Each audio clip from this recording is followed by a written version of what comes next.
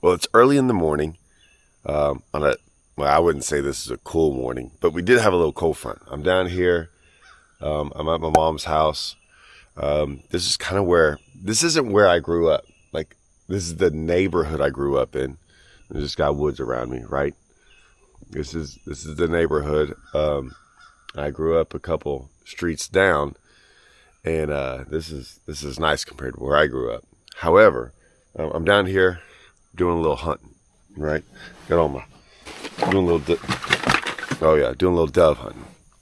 So I woke up this morning, and this whole forward-facing sonar coin flip debacle. It's not a debacle. It's just decision. I don't think it's a bad decision. Every once in a while, I go back and forth. I go back and forth on what I think, like, true, actual people who watch it, like, what they actually think. Like, the normal people, not the psychos, like the normal people. I can go back and forth. You can read it depends on where it goes in the algorithm, right? The comments. It could all be for it, and everyone thinks it was the dumbest decision in the world, and then you'd have the opposite, right? So it's hard to find that happy medium. A lot of us guys on YouTube, you can go one or two ways, right? And I look at it from just viewership. A lot of the guys on YouTube that I talk to, they'll say the same thing. Like, you could put out a forward-facing sonar and it flops. And then all of a sudden you can put on there, like, how to set your Garmin live scope, like the settings, and it's got like 100,000 views. So it's like, okay, well, wait a minute. A video on live scope might do bad, but then how to do it's like, I'm not saying this. I'm just throwing this out there. If you didn't know any better, it's like no one wants to talk about it, but yet, hey man, when no one's around, can I see how it works? Right? Can I get the settings? I don't want to comment. So it's a very hard thing to, like, figure out, right? And I still haven't figured it out. So I was on, and I just scrolled through social media. We've been out here. I hadn't really paid attention the last couple of days since the coin flip. And I looked at Bassmaster, had their deal on there. What threw me off? I was like, 1.2 thousand comments. Now let me tell you something. Anyone who's done social media, that's an insane amount of comments. So I was like, okay, that's a pretty good idea. Read any, like, one set comment and be like, oh, that's what everyone thinks. But you can kind of get an idea. What you can find is this. You can find a lot of uninformed people. That's for sure. I'll put it to you this way. Watch this. I had to take a screenshot of the ones that I thought were interesting. This happens all the time on our videos, and it just cracks me up. Oh, and then the last one. I should have put this first. Actually, I'm going to put this first. I'm going to put the gimmick of the coin flip. The coin flip cracks me up. I said this 2 years ago. I was very adamant on this. Of course, I'll never get the credit, even though I probably said it 10 different times on podcasts and videos and everything. I always said they should do this. And I always said they should do it live. And I always said they should make it like a lotto. Ping pong balls, right? And do it like this. They did the coin flip, which I thought was fine. And no problem with the coin flip. What I find is the people that say the coin flip is gimmicky. Let me show you how gimmicky the coin flip is. We have a coin flip every Sunday. Every Sunday there's a coin flip. Every Sunday they coin flip to see who gets the ball first in an NFL game. Every single game. They decide that. Now, it's important to see who gets the ball first, right? And who gets in the second half. A coin flip decides that. America's most widely viewed popular sport in America, every Sunday, all of them do this one thing. In fact, the number one sporting event in the country once a year, the Super Bowl, they start off with a coin flip. And everyone loves it. Shoot, they bet on that thing. They put bets on it. No one has a problem. I've never heard once in my entire life that when they walk out on the field and they do the coin flip, someone's like, that's a gimmick. That's ridiculous. I can't believe we're deciding who gets the ball first on a coin flip. I probably just pissed a lot of people off because a lot of people thought it was a gimmick. Right? And they're going to get mad at me. Now, they're not getting mad at me because of what I'm saying. They're getting mad at me because they realize I'm probably right. And they're like, oh, he's got a point. See, that's when people get mad. They get mad because it's embarrassing sometimes when you think a certain way and then you like step back and like realize what really just went on. And then it's like normal. And it wasn't a gimmick. You just didn't like it. Or you thought you were like, oh yeah, this is stupid. You do it all the time. What are we talking about here? So all y'all people, I want y'all to stand on business when you're all like, yep, Super Bowl, football games, college football games, all those, stupid. High school games, high school football, stupid. They're a gimmick. They're gimmicky, deciding who gets the ball first on a coin flip. It's a coin flip. How else do you want them to do it? I mean, really? What's the big deal? We use a coin flip our entire lives to determine things. We've done it since we were growing up. Not one person ever said that it was gimmicky. Not one time, ever. And then all of a sudden now it's gimmicky in bass fishing. They weren't deciding who the winner was, just whether or not they were going to use it. Man, like, people are like... Anyways, back to the original one. I had to interject this. One of the first comments on there was, you need to really look at doing live weigh-ins.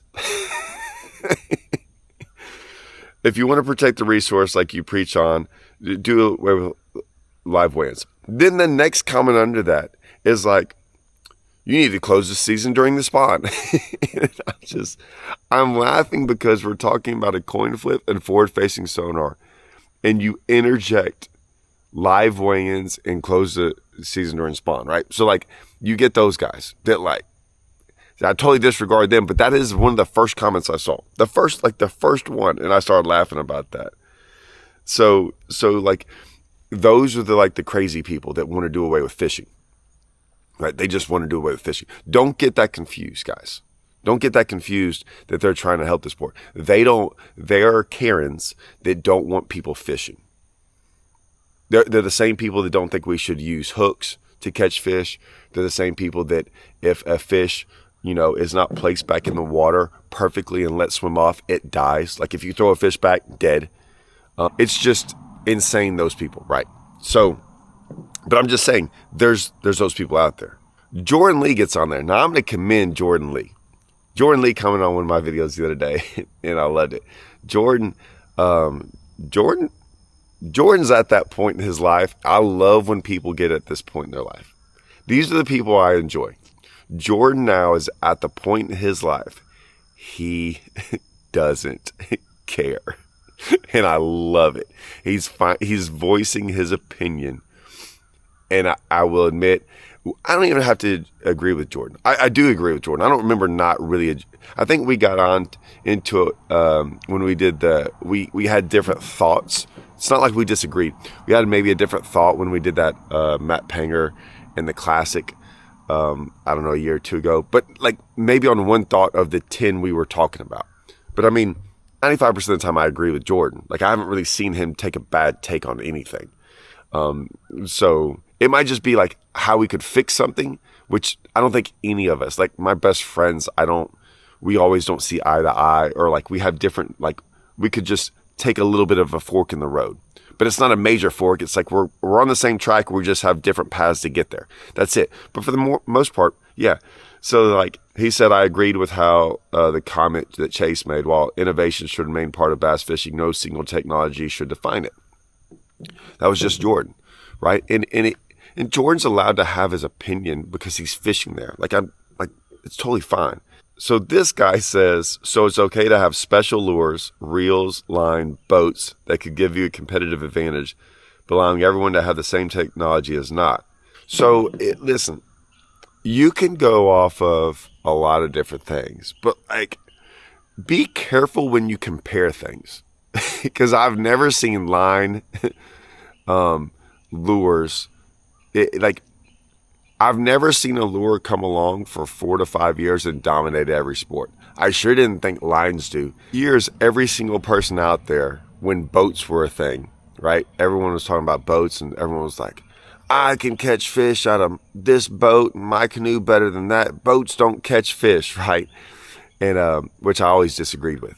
But they're like, they were always saying stuff like that. Now, that's always easy. There's always going to be the guy that when they preach, that there's two guys. There's the guy that doesn't have a nice boat saying, he can catch fish, right?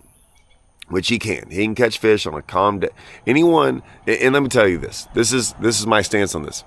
Anyone that has an old boat that can't take 5-foot waves and can't go 70 miles an hour across a lake that's huge and rough water and all this stuff. If you don't have a boat that can do that, right? And you say, oh, I can catch fish with anyone. A boat doesn't matter. Well, you're going out there on the dead calm days where you can fish around right close to home, right next to where you put in and catch fish. I have no problem with that. I was that person. I was 100% that person for years of my life. I'm agreeing with that statement, except if you go fish big tournaments. And when you go fish big tournaments, and I wasn't allowed to go across the lake because I knew my boat would mess up, boats do help you catch fish. Now, on the flip side, there's the other guys arguing the same thing that have nice boats that are trying to say, oh, it's not my boat. It's me fishing in it. You know, the boat doesn't have an advantage. And once again, they are right, except the fact that they have no idea what it's like not to be able to drive across the lake when it's rough out there, right? Like they can just go and do whatever they want to do in rough water and get across there because they're lake. Because like I said, I would drive across, my trolling motor would fall off, freaking things would come loose, the rubber rail would come off my boat. I mean, it became, yeah, if I wanted to go across the lake, it might cost me $1,000.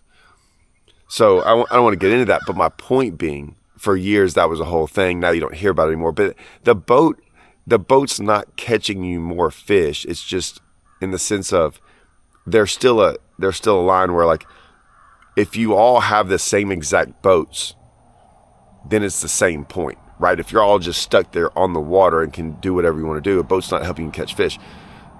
Whatever.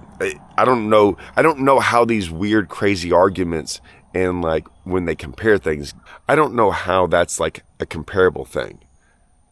And then there's other people going on there where like technology should advance. Hold on. What was another one? I'm only calling y'all out because y'all speak on things without really thinking. It goes either eliminate it completely or keep it in all events. The 5-4 random draw aspect of has Bass turned the upcoming season into a gimmick. In a competitive point series, unless overridden by state conservation laws, the rules should be the same for every event. And what do you mean overridden by conservation laws? Everyone brings up that like, well, everyone should have it and it doesn't matter. And I've said this over and over and over again. What happens in tournaments is not the same set of rules for what happens to just the regular fisherman who buys a fishing license. That guy can go do all kinds of things on the water. That guy is allowed to do so many more things than the regular tournament guy. That guy can put out, if I wanted to, I could go get 30 rods with corks and freaking big giant shiners and catch fish. But there's nothing against the law about that where I'm from. You can go do that.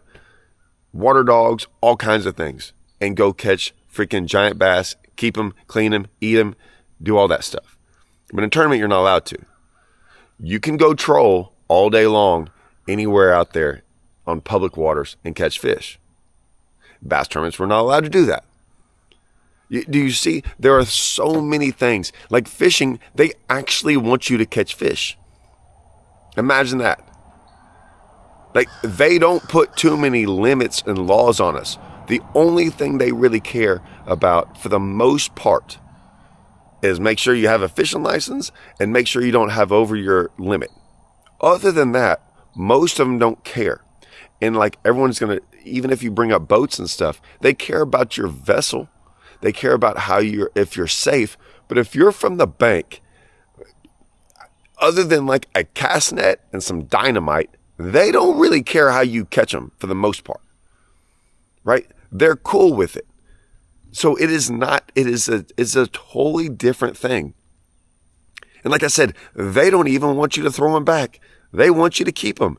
That's why they put so it's all different. So like, we're bringing up things that don't matter in tournament fishing. Yes, all of these things are just, I still, to 1.2 thousand comments later, I still don't know what people think. I have no idea what goes on in people's minds. I have no idea. It blows me away to this day. Why I've been doing YouTube now for this long in social media, and I still get blown away by the comments. And you're like, oh, it's just a couple people. 1.2 thousand comments? It ain't just a couple people. I got to get back. I got to get back because I got to go hunting.